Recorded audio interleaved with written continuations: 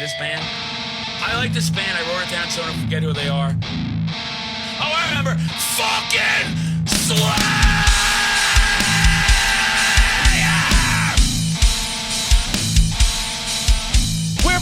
We're back, another episode, Metal Horror Madness, with one of my favorite people in the scene. She's badass, she's hardcore. I drove to the rough streets of Worcester, I don't know, we were talking offline about it. It's a city in Massachusetts to see the mighty Avowal. Avowal, and I'm talking about one of the greatest stage presences I ever seen. I don't get intimidated, but I saw her on stage looking at me. I was like, what the hell's going on? I think she's gonna knock me out. She came with that hardcore metal Sludge. And let me tell you, she delivered one of the best, I'm saying one of the most sincere people in the scene. A band you gotta check out, do not sleep on. Somebody that I know has great big things coming in 2025. The mighty, she's eclectic. She's Elyse. She's everything all in one. The mighty electric Elyse from Avowal. How you doing? Good to see you again. Fucking pumped by that intro. Hey. You should be doing like wrestling or something. I hear that so many times. Hey, everybody, sign me to manage wrestling, announce I don't know if you know this about me. I like a lot of attention. So if they want me to do anything, bands have been asking me to get on stage. I'm like, how long do you want me up there? I'll do the whole set. Tell a singer to sit down. I got you. How have you been? Last I saw you, you played a 6 set. I really mean that. Your stage presence up there, your confidence, you were like killing it.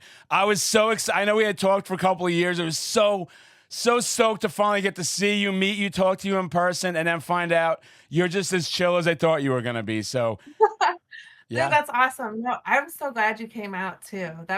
We had a lot of fun on that tour. Yeah. It was like brief. Sometimes I feel weird calling it a tour because I have friends that like hit the road for, like months at a time, or at least like a month. And I'm like, yeah, I did 10 days.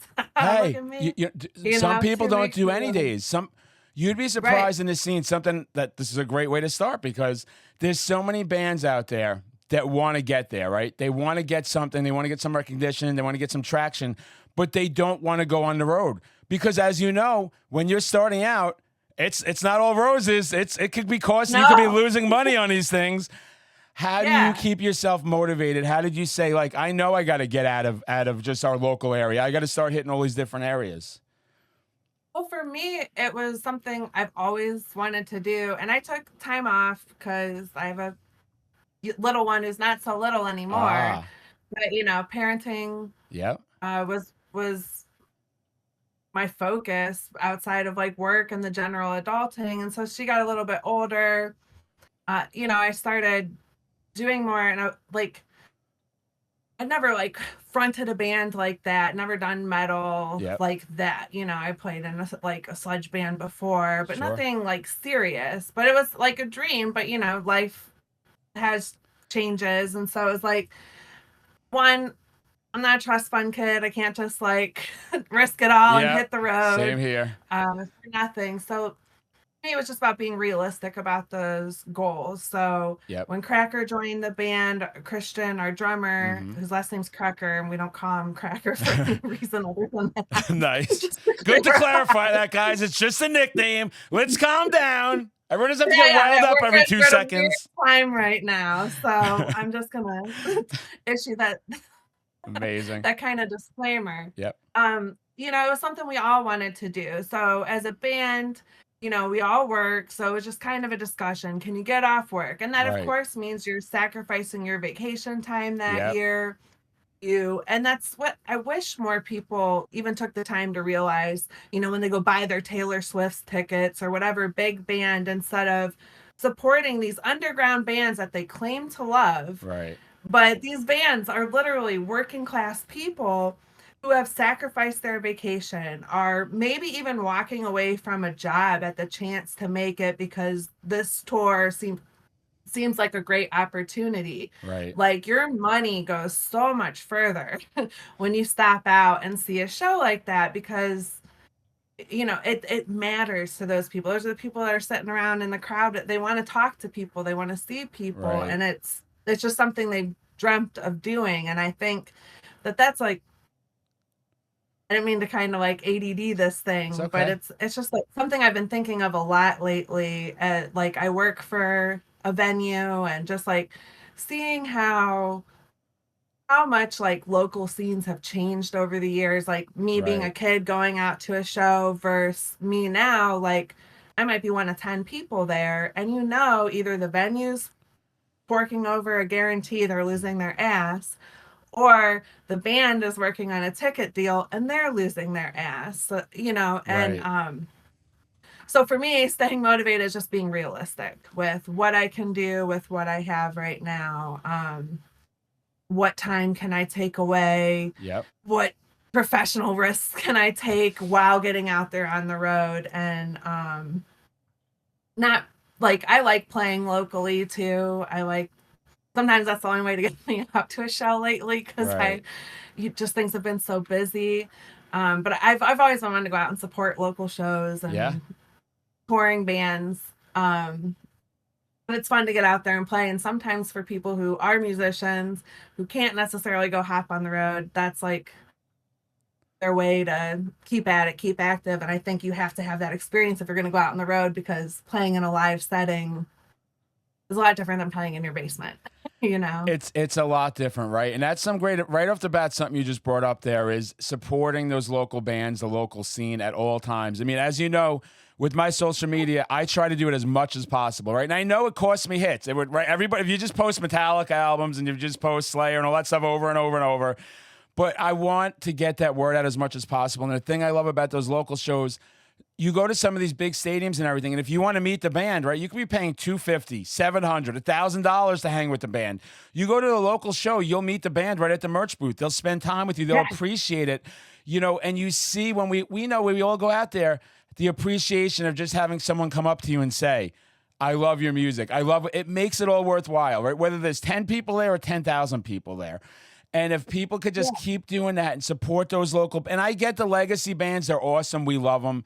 They're unreal. But even some of those tours lately, they'll come around in a stadium. Like, I'm going to pass on that $200 ticket to sit in the nosebleeds to hear songs I've Right. probably heard 5 million times. I'd rather take that 200, go support 10 other bands, maybe go there, buy some merch, talk to them, interact. They really appreciate it. And that's great advice to let fans know. And then as balancing your work life, your family life, your dream life. And, I know exactly what you're talking about. And I relate to it even with stuff that I do where it's like, okay, if I'm going to go commit to this or that event, or I have people, there may not be many people there, but there's people that wanted to see me. There's people that wanted to mingle with me. The band was happy I showed up. Here I am. I feel great. I love those personal connections. I love being around people. As much as in nowadays times, a lot of people suck and I don't want to be around people. But in this scene, I mean, when we're in those clubs, I thrive off that. Like, I just feel that energy and that momentum. And any of these bands coming up, any of them, I just try and interact as much as possible. Like, just keep going. Keep going. Don't be discouraged if it's not working out right away, or years could go by. Same with people in social media and influencers. Sometimes people just quit too quick, and it's like, just keep building it. Stay the course. It would be great if you become an overnight sensation, but that doesn't happen. That's one in a trillion.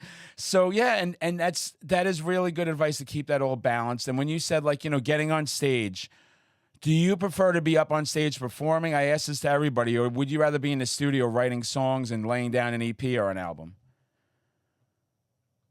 Now, I used to say it would be more like I love writing. Like it's Yeah. a way of like expressing myself when I'm going through or whatever, things are kind of running around in here, and it helps Yeah. give me a space. And I have a few different projects where I can do that with, and I feel fortunate for it. Avowal being like my baby, and then Yeah. but there's something about like, especially with Avowal, because I feel like the studio, it took me a minute to get even close to where I wanted to. And Yeah. we're in the studio again, so I'm hoping this time, we're really gonna, because we released the live album this summer, and I loved it because it was just like, yep, it's a little wild, but it's so Yeah. like intense, and it's something you get when you experience this live, and that doesn't always translate to the studio for Right. me. Right. It's different when I'm playing my guitar and like yelling at everyone versus like standing in front of a microphone, not knowing what to do with my hands, trying to get it to Yeah. come across the same on an album, you know. So Yep.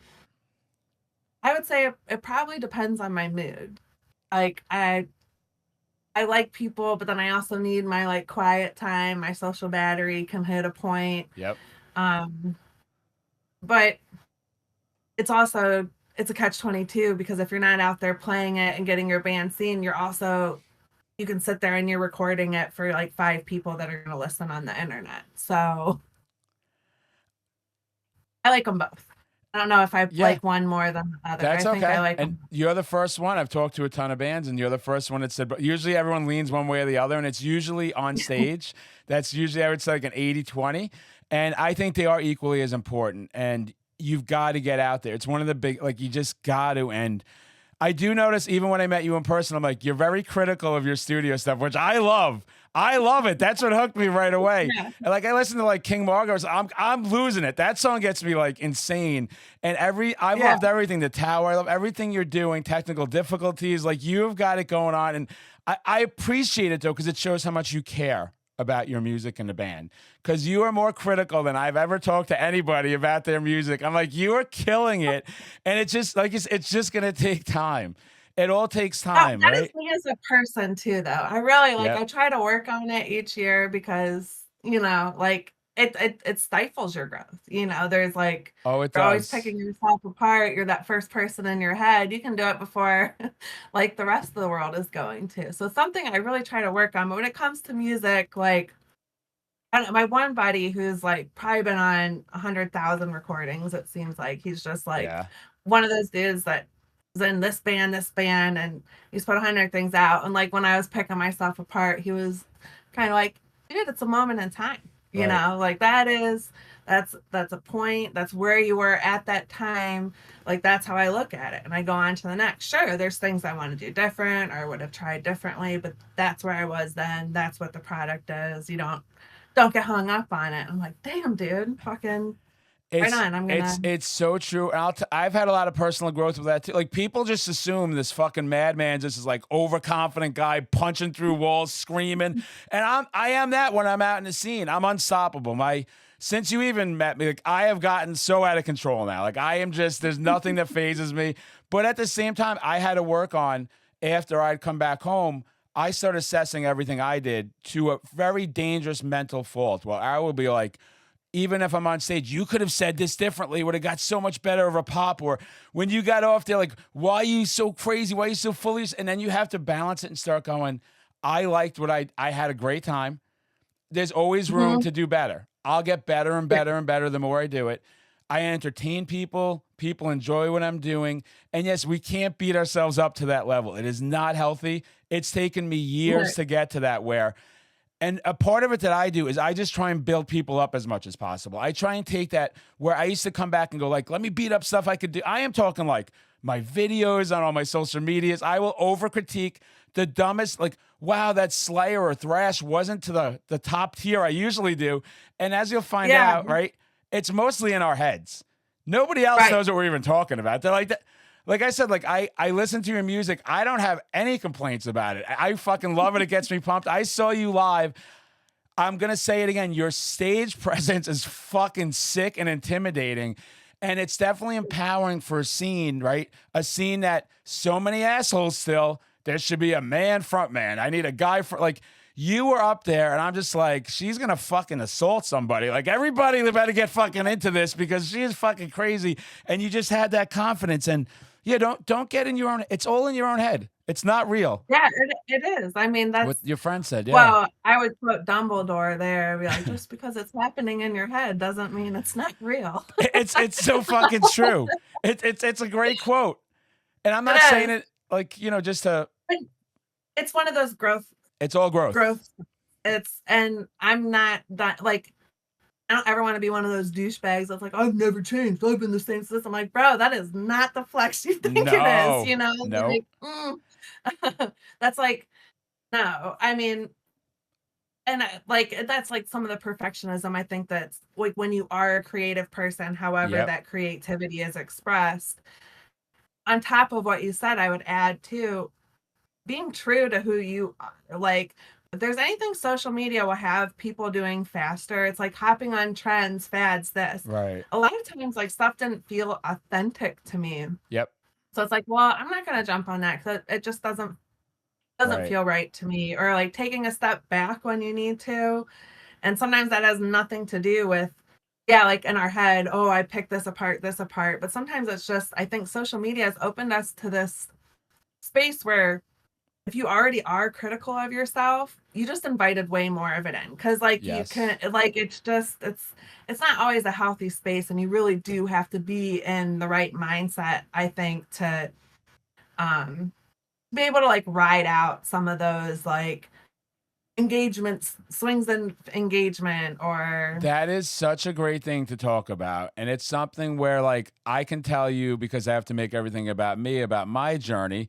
And I have gone through all those struggles too, where holy shit, every video is getting tens of thousands of, oh shit, now I'm in this like abyss and I'm getting 800 views or 1,000 views. Like, what am I doing wrong? And I'm not doing anything wrong. It's just where the algorithm goes. And then to your point with the trends, that's the thing that makes me sad, and it's so glad I'm so glad you're still here and you're still moving forward, because the amount of people I saw from when I first started that it ate them up, right? Those negative troll comments, the attacks, the wow, maybe I made it to 10,000 followers. Now I'm getting no followers, and it's like you just got to keep going. You got to just do what you like to do. And one thing about me, as you know, I just do what I like to do. I've had so many people going, you could be even bigger if you did X. I don't care. Doesn't matter to yeah, me. If I want to post 5 times a day, one day a week, I'm just going to do what I'm going to do. And just yeah. like you, I like to have fun on there. You know, a lot of your posts are very witty, and it's not just metal. It's stuff that's other interests that we like. And Mhm. that's what it's all about. Because if you're just doing that and you're doing your thing, and it's a great outlet for us to have. And it does break my heart to see so many people, especially on TikTok, so many people that were there, and they just all of a sudden I'd start seeing like, oh, I'm not getting the hits anymore. Like I'm done with, and I'm like, why are you done? And I'd always try and comment in there and be like, we don't let that stuff drift us from who we are, right? The same way Right. people, my look, as you know, too, is I'm a different person than when I started on here. And when I started on here, I would hear all this type of shit, and you're a poser, and you're blah, blah, blah, blah. And it's not like I Yeah. adapted my look for that. I just got more confident. Like, hey, I'm 47. If I want to get a tattoo every week, I'm going to get one. When I go out in public, I dress fucking metal. I am metal. This is who I am. I don't have to adapt to anything. And I'm so glad you said that, because that's so important for some of those bands coming up. Well, and we live in a like we've like you and I like I'm a bit younger than you, Mm-hmm. but not by much. Like I just turned 38. So we kind of grew up in a time too. I mean, I think everybody grew up in a time where people are telling you what to be, how to dress, how to Right. look. Yep. We definitely had a lot of that. Like if you liked new metal when it was getting started, well, you couldn't possibly like other kinds of metal, you Yep. fucking poser, you this, Right. that. And it's like, where the fuck did you think they got this sound? I know. Like it didn't just develop from the abyss. Like it might not be your thing, but I can always tell, like, somebody's a musician, I find like an actual musician. I'm not saying this applies to all, but most in my experience, I would say at least 75%. They're a musician, they have a wider palette than somebody who's not a musician or only skilled at like a very specific brand of music. And because if you like listen to bands, you can have influences from all over, but it's also like you don't hear them being as quick to say like, oh, that person just outright sucks. They suck. Right. They're terrible. And it's like, because you know what went into that. Like even if it wasn't, it's not for me. I can hear something and be like, that is not for me. But it's Yeah. technically Yep. good. Like it took time, it took effort, and I'm not like going to be as quick to shit on that, especially at this age when you've got out, you've created stuff, Yep. like I try to give people, like I think like so much of the way people talk, uh, it's they're there's not as many assholes as we are led to believe. No. That they're just really loud. Yeah. And that's what I think has shaped like a lot of people, a lot of discourse. And that can kind of be like that first nagging voice that comes in our heads Right. when we are like taking a break or like, Yep. I don't know how to approach this next thing because I need space. Because sometimes you have to like take a little breather to even figure out how, like for me personally, how I actually feel about something. Yeah. And the second thing where you're like, I got to make this about me. I view that as like somebody relating to me because that's how I relate to people too. Yeah. And I have like, it's not me trying to make everything No, about we're not me. trying to one up each other. We're just relating. Yeah. Experience. Yeah. And that's how I relate to people. Yeah. You know, like, oh, me too. It's Same fun thing. to connect like that. Yeah. No, we definitely have a lot of the same like that. The way we think mentally, the way we could be overcritical, the way, and that's all. I always try and tell people too. It's like I'm not trying to tell people like I know it all. It's just that through age, through time, I've had the same stumbles. If I look at when I started on social media, I am such a different. That no troll could phase me anymore. Like I think the shit's funny. Like it's just stupid. And to your point, that stuff's all online because when we're out in the scene, these people aren't out there. They're not welcome out there. They don't last long if you're going to go to a show and think you're going to berate everybody. It's not going to end well. So it's just being in our own heads. And I look at. I mean, it's why like I'm a huge Alice Cooper fan because I looked at everything that guy's gone through in his life when he had the drug problems, the alcohol, the biggest star in the world to completely. Couldn't do a tour, the comebacks, the ups and downs, the navigating, touring in his 70s. And I look at those type of people, they inspire me because it's like there's another person that at one time everybody was coming at. The guy was playing stadiums, then he was playing a free casino show in front of 300 people. Like the ups and downs where you just keep going. Who are your influences? Like when I mean like I look at him and I look at all the different albums where I was that time in my life and how I've gotten to places and he's still standing. And I just love those kind of stories of people that don't quit, you know? Yeah. Oh, I do too. I think Joan Jett is a really good example of it too. She went way high, climbed, and Joan Jett and the Blackhearts actually have this song "Fake Friends," and that comes from, like after they peaked success, when it started going down, they realized like there aren't as many people around us anymore. Nope. All these people that they thought were their friends and there to help them out and hook them up, they weren't interested. They weren't returning phone calls. They weren't coming around. And like last time I saw her live, the keyboardist was talking about that song and like brought up the origins and just like, so if you've been experiencing that kind of, and I was like, it's so awesome that still like after all this time. And I mean, Joan Jett went through the ringer and she wasn't perfect, like how she handled things over the years. And when I saw her, like after the whole Me Too movement and Sherry coming out about that, she was, Joan was like, yeah, I did not handle that right. I was fucked up too, but I had a hard time being so critical of her because you can understand the position she was in and what she was like trying to accomplish professionally, and that like the way that women just get kind of pitted against each other. But she's a huge influence of mine, just like, and not just as like a musician, just as a person. I just think she's so powerful.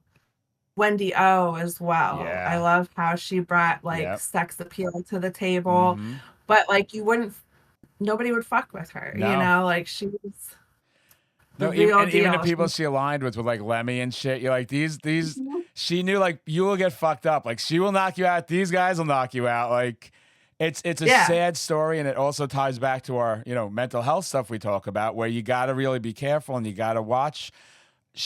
I'm so glad she's one of yours too. I have all her vinyl besides the Plasmatics. I have all her singles. Like she's got the sick, and she too. Yeah, she just knew how to be like, wow, this girl's hot, but this girl will also fucking punch me square in the mouth if I disrespect her, which is the baddest ass thing to be. So politically smart too. Yeah. Like like singing about like the GMOs and stuff before they were even like before it was even like a catchphrase by granola moms. Like. Was concerned about these issues and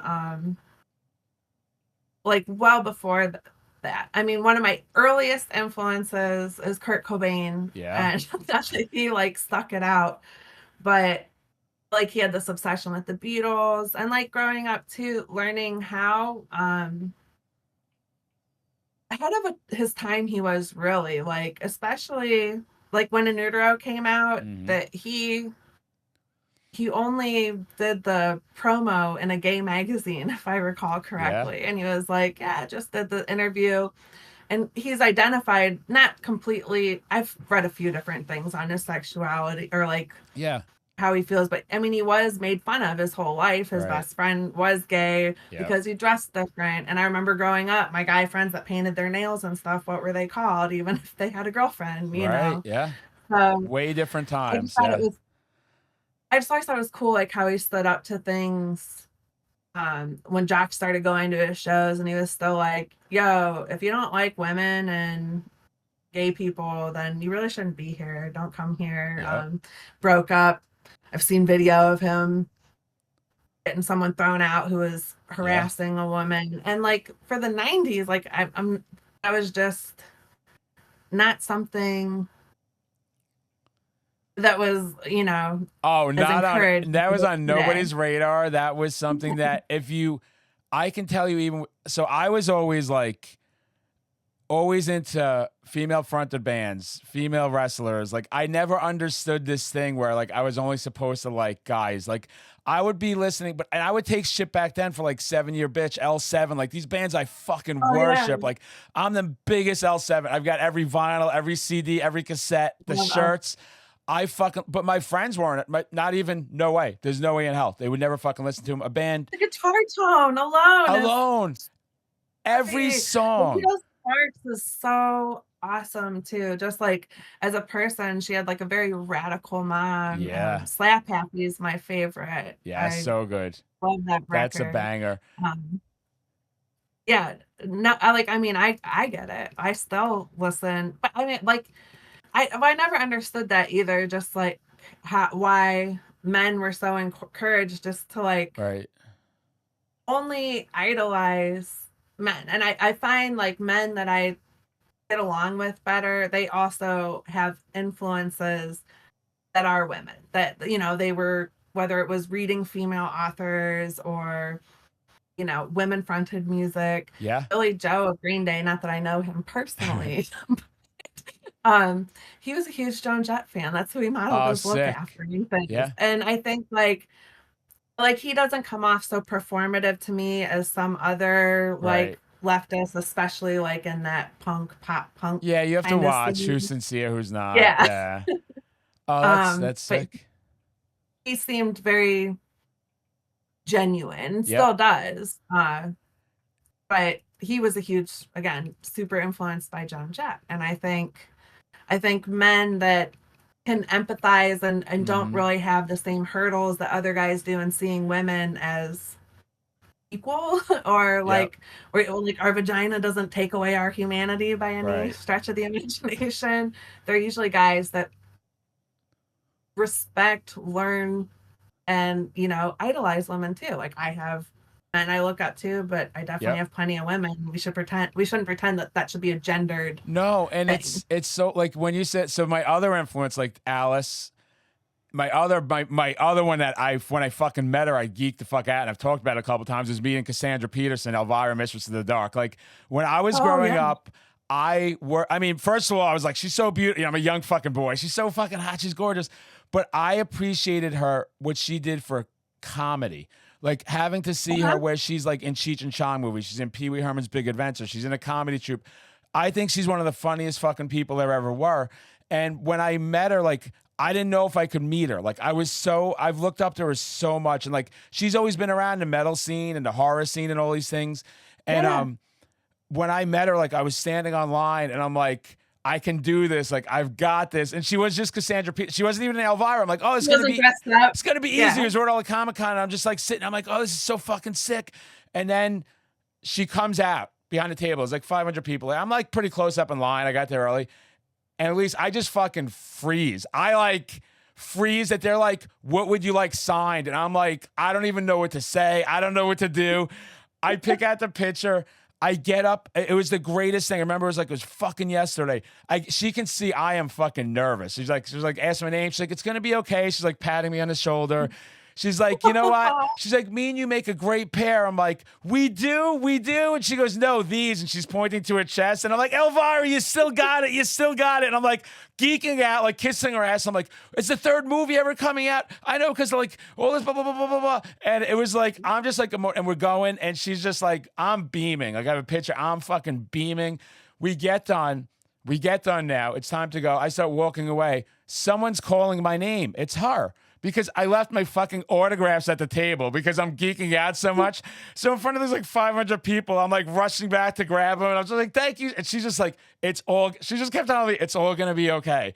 And like, I'm in Comic-Con and I'm like, I'm with some people. I'm like, I got to go find, like, I just started fucking bawling. Like, I couldn't believe I met her. Oh. Yeah. I couldn't believe how nice she was. I couldn't believe how funny, like her wit, like she's just so on point. Anything you say, she's got a joke, like boom, boom, boom.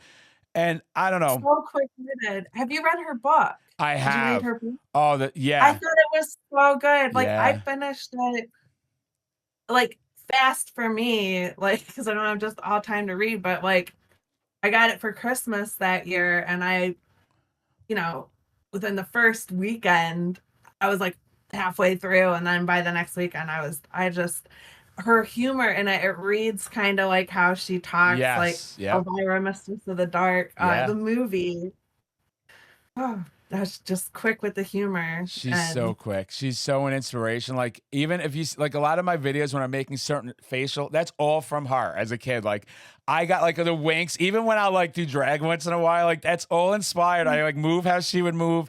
I have loved her.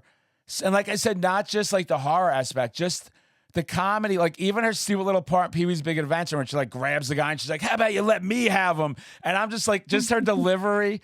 And then just so inspirational. And like you, I can't understand this scene. That is one of and it's definitely changed. It's getting a billion times better now.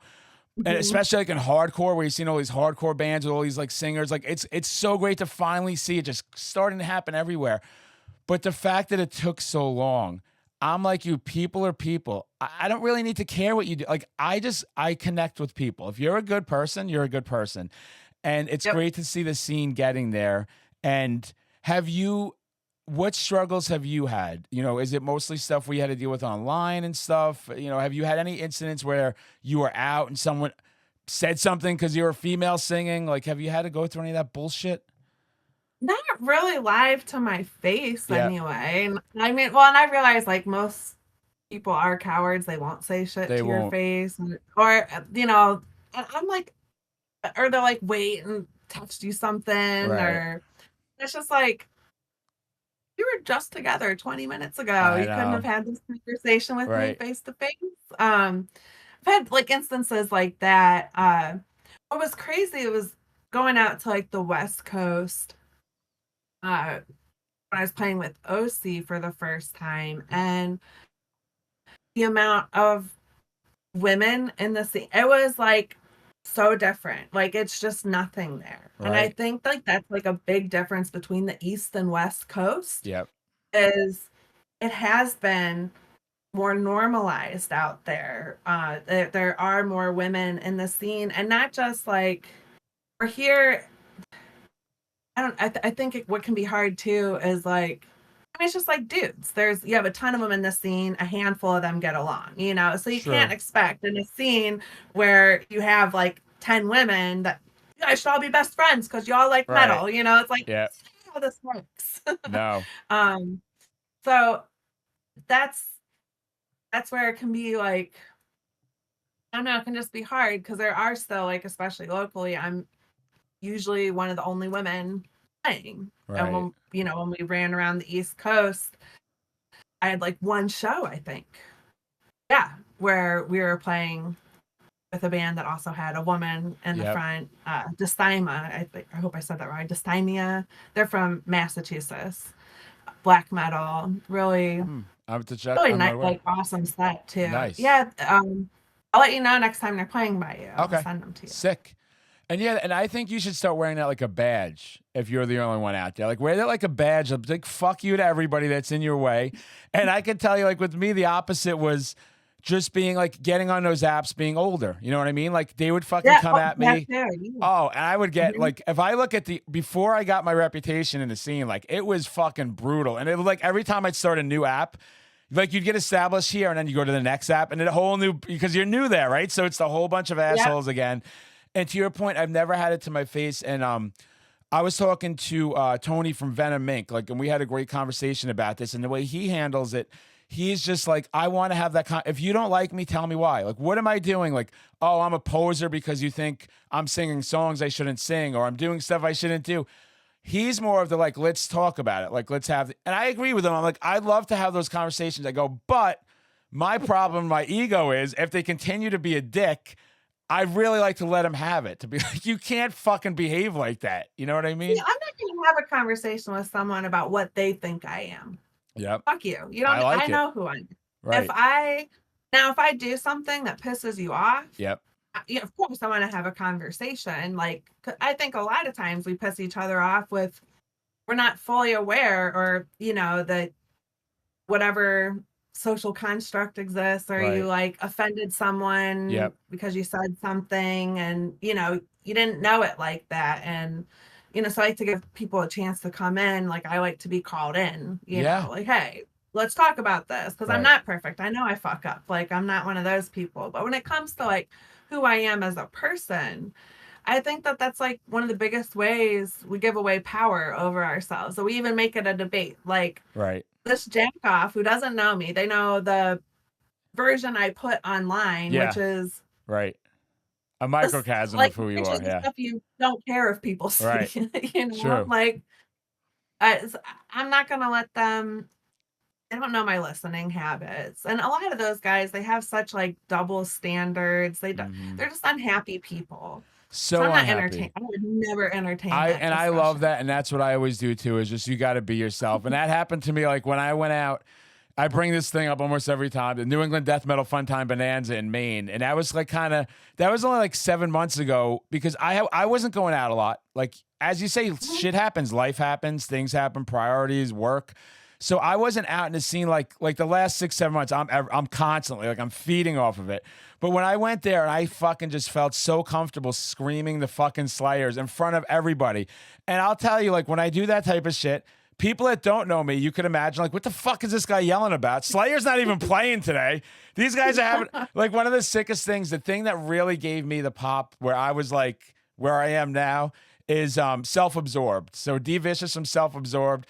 In the middle of the set, she's like, and this one goes out to Metal Horror Madman, and started playing Rain and Blood. And I fucking jumped in the middle and started screaming Slayers, stopped the show. I'm like out of fucking control. And like, it's, as you know, when you're performing, it's a lot. Cause like, it's the aftermath when you're done now. I'm like, did I really just do that? Like in front of these people? Yeah. Like, and it was funny there because the people all the way through. The people that knew me were like fucking so stoked. You could imagine, right? They're egging me on. They're like so happy. And then I heard like in a distance, and as you know, when we talked about being critical, sometimes you ignore the 10,000 likes and you pay attention to that one dislike. One asshole. And I heard someone like, who is this asshole? Who is this cocky?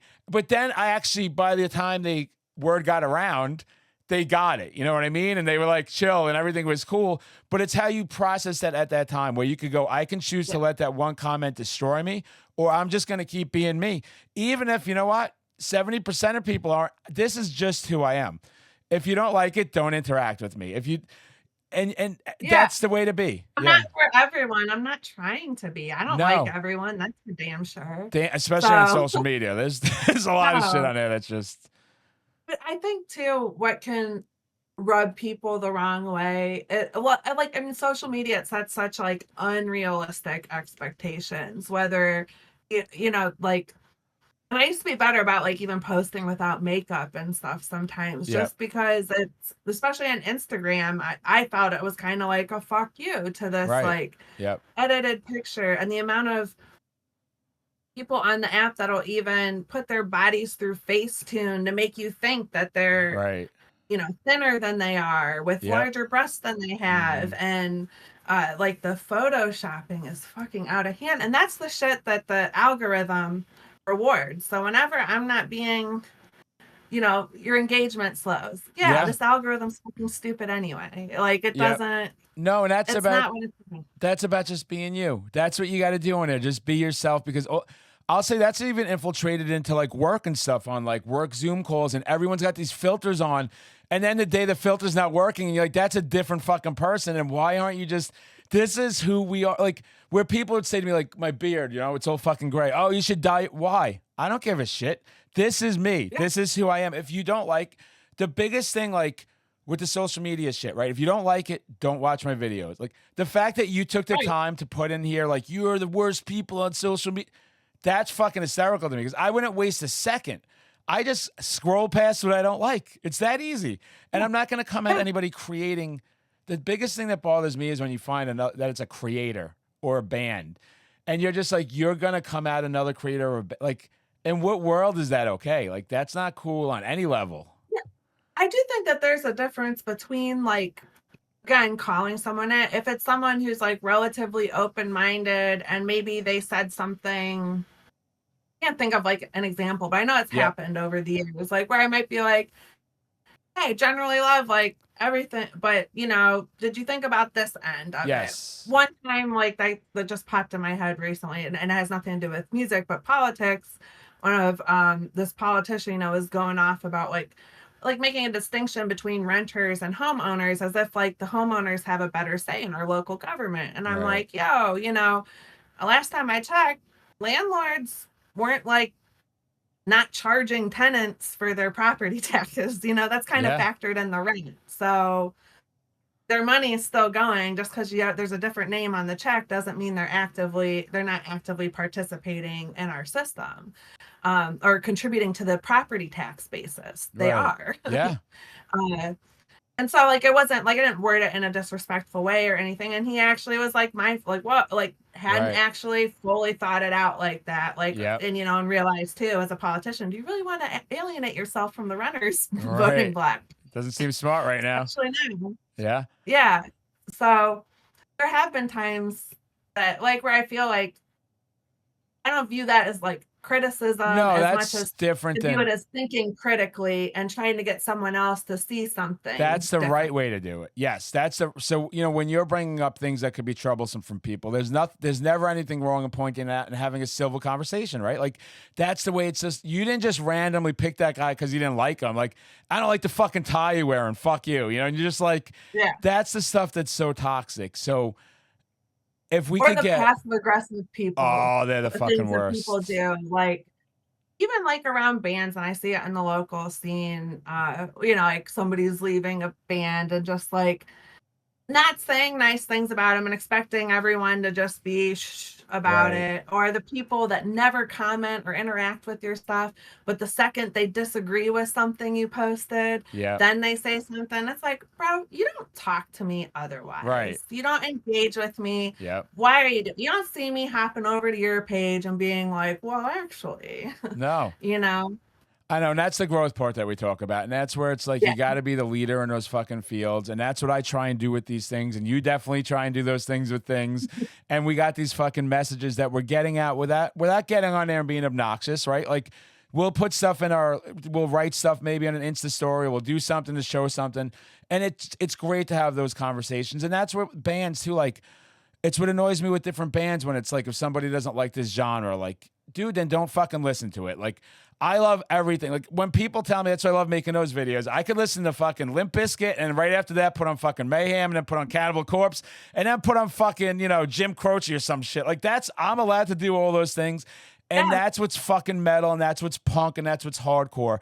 And that's some of the biggest things that have upset me with the scene over time is like, it kind of got to a place where it wasn't divided. And then, but it's everything now. We live in a world of pick a side. Like, don't say, hey, I kind of could see a bunch of sides, or I like everything. I like all this shit. That is the like being able to put yourself in different perspectives and realizing it's not that fucking deep most of the time. No, that's the real thing. And like, I remember even growing up, like, having guys that would be, oh, you like punks, you'll never be a true metalhead. And it's like, where the fuck do you think metal came from?